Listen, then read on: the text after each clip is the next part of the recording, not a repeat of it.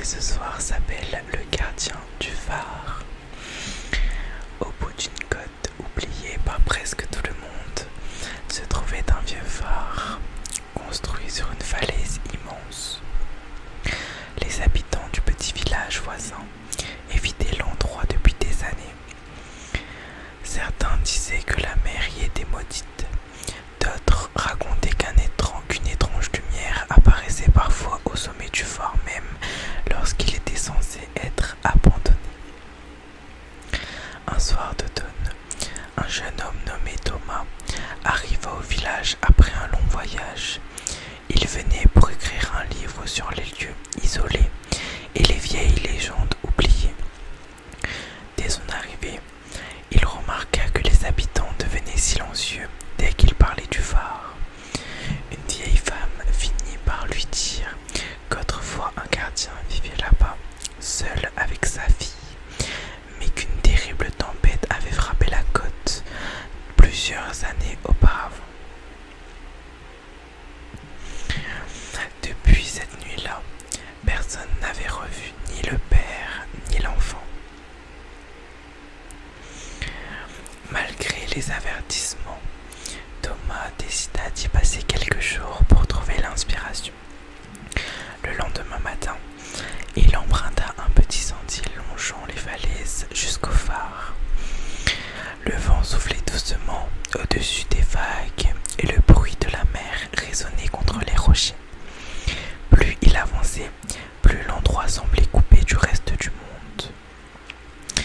Le phare était immense, recouvert de pierres grises usées par le temps.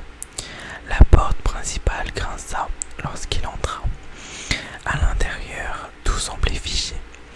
Une vieille table en bois occupait le centre de la pièce principale et plusieurs livres étaient encore posés sur des étagères poussiéreuses. Comme si quelqu'un avait quitté l'endroit sans jamais revenir. Thomas passa la journée à explorer les pièces du phare. Il trouva des journaux anciens, des cartes marines et même des dessins réalisés par un enfant. Tout représentait la mer, les étoiles et parfois une étrange silhouette lumineuse au milieu des vagues. Lorsque la nuit tomba, le vent devint plus fort. Thomas s'installa près d'une vieille lampe à pétrole pendant que la pluie commençait à frapper les fenêtres du phare. L'ambiance était calme, presque apaisante. Le bruit régulier des vagues contre les falaises rendait l'endroit étrangement réconfortant. Vers minuit, alors qu'il relisait l'un des vieux journaux du gardien, une phrase attira son attention. La lumière doit toujours rester allumée, même lorsqu'il n'y a personne pour la regarder. Au même instant, un bruit résonna au sommet du phare, comme un mécanisme ancien qui venait de se mettre en marche. Thomas levait immédiatement les yeux vers l'escalier en colimaçon qui montait jusqu'à la lanterne. Lentement, une lumière commença à tourner au-dessus du phare.